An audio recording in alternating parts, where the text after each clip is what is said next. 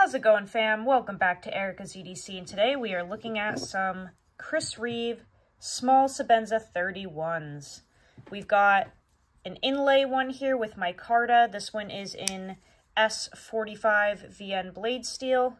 This is a really old one of mine. We also have this S45VN one. This is the double lug. We've got the Nice Guy Machine Company pocket clip on there. This one's pretty used. And then we have a new one that just got here, which, go figure, I immediately scratched it. But this is a small Sebenza 31 in Magnacut, plain Jane. And I just kind of wanted to talk about a few commonly asked questions and just show the differences between some really used ones and a brand new one that just got here a couple hours ago. Because a lot of people ask, you know, how long do they take to break in? How quickly does the bead blast wear off and smooth out? Just questions like that. So I kind of just wanted to show some differences. So as you can see with this new one, the bead blast is really prominent and it's grippy. When you first get this, it almost feels sandy. Not in a bad way at all. It's a great texture, but it's definitely grippy. The action is pretty slow rolling. They put very minimal fluorinated grease in there. But everything is pretty tight. They come with a convexed edge that's done at 18 to 20 degrees per side. So this is, you know, a little bit rounded, I guess. If you're new to knives, a convex edge, instead of having two completely straight bevels, they're kind of curved like this. And that provides some pretty intense stability and toughness when you have that thicker material, as opposed to it being, you know, pretty thinned out like that. There are pros and cons to different types of edges, but Chris Reeve puts a convex edge on, and you can continue that if you want to. As you use your knife, you can maintain the convex or you can get rid of it. Generally, I get rid of it, just for my use. I find that laying the edge back, running closer to 15 degrees per side, and having a nice flat bevel just helps with edge retention. I'm not really looking for edge stability in my EDC knives, especially when they have a BTE or behind the edge thickness that a Chris Reeve does. I just don't really see the necessity for a convex edge. However, if you are going to use your Sebenza for game processing or outdoor tasks like that, maybe continue the life of the convex. But, yeah, convex edge, 18 to 20 degrees per side, nice hollow grind, really grippy blasting on there.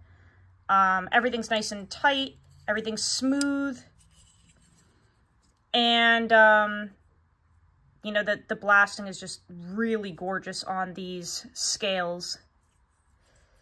They do wear in pretty quickly. If you use your knife on a regular basis, I would say it takes a couple weeks to get like a nice, really smooth action that you could flick. This one, if I weren't on camera, I could probably flick it without the wrist. But they break in pretty quickly with regular use. I will say the blasting on these scales, at least for me, wears off very quickly. Snail trails will really start to pop up, you know, within a few days. And I do know that they also offer glass blasting now, which really resists these snail trails and scratching like this. So if this aged, rustic look is not something that you want on your Chris Reeve, I highly suggest trying the glass blast. I have used and tested it, and it works incredibly well. in terms of resisting scratching and wear. But if you get the typical blasted scales like this, the bead blasted, they really get beat up pretty darn quick, especially if you have other things in your pockets. So this will happen within a few days. The track that the ceramic ball detent creates, that really starts to come up pretty instantaneous, and as that happens, the slight lock rock that you get from this blade tang being in contact with a spherical surface, that decreases pretty quickly. This has way less movement up and down than this brand new one does. And the movement up and down does not equate to lock failure whatsoever. None of these are going to fail. All that happens is, because there is a very, very hard ceramic ball in this detent, when you initially get the knife, you can very slightly move the blade up and down. However, as you open and close it and use it, it does create a track, which the lighting is horrible. I'm trying to pick that up. That little black line right there. There you go, right there. That is the track that the ball is creating on the blade tang. And as that wears in, you are going to experience less and less of that rock back and forth. So like this one, for example, doesn't have it anymore. This one barely does. This is a really old 31, one of the first ones. This brand new one definitely has it. So if I open this up, I've only used this once today, and open and close it maybe 10 times, 10 or 15 times. I can definitely move the blade up and down. Like I said, it does not mean that that lock is going to fail. There's no way it's going to fail with regular use. It's just because you have a completely flat surface coming in contact with a ball, a sphere. But you can see that little track is already wearing in there. But basically, everything settles in very quickly. All things considered. You know, the Magnacut is run at 63 to 64 HRC on the Sebenzas. I will say, I found an interesting little bit of information yesterday. I was looking at a Chris Reeve small Inkosi in Magnacut, and at least on the website that I was looking at, it said 59 to 60 HRC. That's very, very, very low. I'm not sure if that's accurate. I'm not sure why they would run the Magnacut so low on the Inkosi and then run it so high on the Sebenza. But that is what I found. I was looking at a micarta inlay Inkosi with the Insingo blade. Same micarta as this, but just the Inkosi version, and it said 59 to 60 HRC. No idea why, but just be aware of that if you are looking at the Inkosi versus the Sebenza in Magnacut. I don't recommend Magnacut under 62 at all. This is 63 to 64. I have incredible experiences with this Magnacut. In the Sebenza, I've already tested it before very thoroughly, but I would not recommend it at 59 to 60. I have no idea why they would do that.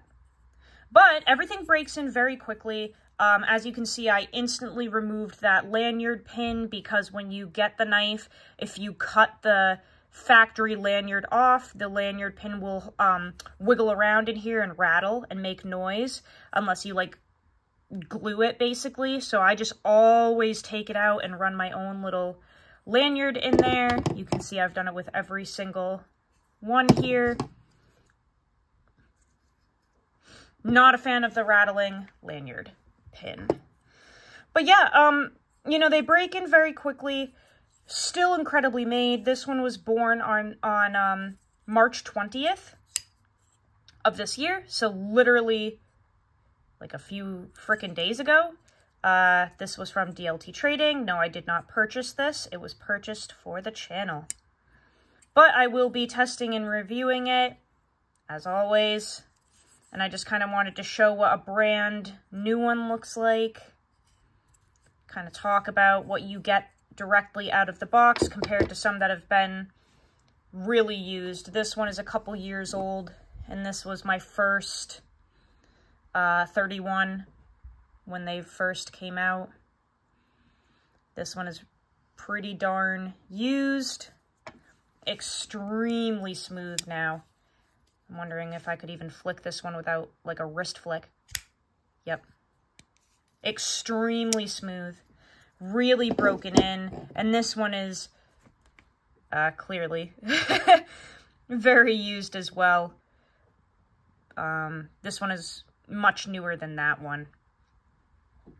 But this one I carried all week while I was waiting for some stuff to come in.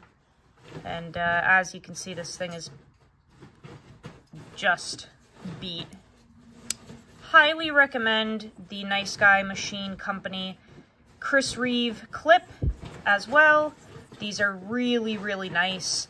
And they just kind of provide some extra stability that the regular clip doesn't. There's nothing wrong with this factory clip. It's one of the best clips I've ever used. Also, sorry for that noise. Zaya's making a nest in a beanbag currently. There's nothing wrong with the factory clip, but this one is just, it's so well milled. It's such a sleek, slim design. It's very flat. It's very easy to get in and out of the pocket. I really like Archie's take on a Sebenza clip, so definitely check that out if you try one of these and you're like, meh, I'm not the biggest fan of the factory one. Check out Nice Guy Machine Company. He makes fabulous stuff. But yeah, let me know if you guys have any questions or comments. That's just kind of a look at my new one. Talking about some oldies. I hope that you all get to try a Sebenza at some point. It's one of the best knives ever made. And yeah, I will see you guys on the next video. Go use your shit. Learn how to sharpen your knives. And I will see you on the next video, fam. I love you so, so much. Take care.